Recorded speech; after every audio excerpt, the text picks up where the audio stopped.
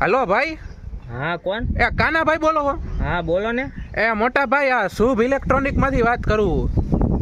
કેવા ઇલેક્ટ્રોનિક માંથી? આ શુભ ઇલેક્ટ્રોનિક. હા તો બોલો ને. પણ આ તમે 3 મહિના પહેલા ફ્રીજ લઈ ગયા હો એક હપ્તે. હા ઈ મને યાદ હે હો. આ તો 3 મહિના થયા, તમે એક હપ્તો તો અહીંયા નાખ્યો નથી. શું કરવાનું છે? અરે એમાં એવું છે, હું થોડુંક ગામમાં આવ્યો હતો વાડીએ. ગામડે અમે રહેવા આવ્યા હી ને, તો અહીંયા મકાન બને છે ને.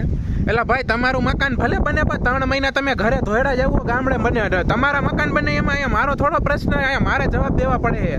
અરે પણ સાચી વાત છે. હમણાં હું મહિનાથીમાં પાછો રાજકોટ આવવાનો રહેવા, એટલે ત્યારે હું તમને આપી જાય દુકાને આવીને બધું. હારે આપણે એકારે લોન જ પૂરી કરી નાખ્યું. એમ જ્યાં તમે પણ લોન ના મોટા ભાઈ, તમે અહીંયા ઓનલાઈન બધું સેટ કરેલું હોય ને, તમારા હપ્તા બાઉન્સ થયા 3 મહિનામાં પહેલા. એ તો ચેક કરો. અરે એ વાત તમારી સાચી છે. એ મારું ખાતું બંધ થઈ ગયું છે ને, એટલે એમાં એવું બધું ગોટાળે ચડ્યું હોય, એટલે આપણે ખાતામાંથી નથી ઉપાડવાના. હવે હું તમને રોકડા દઈ જઈશ એમ કહું. પણ તમે એક કામ કરો, કાં તો હે ને 2 દીમાં પૂરેપૂરું પેમેન્ટ કરી નાખો ને, કાં તો 3 મહિનાના હપ્તા નાખો. નકર કાલ હે ને તમારા ઘરેથી ફ્રીજ ઉપડી જાય.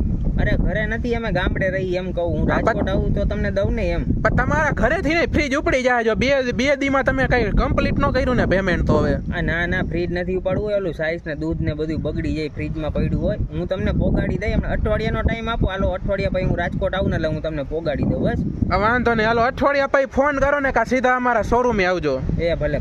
હા.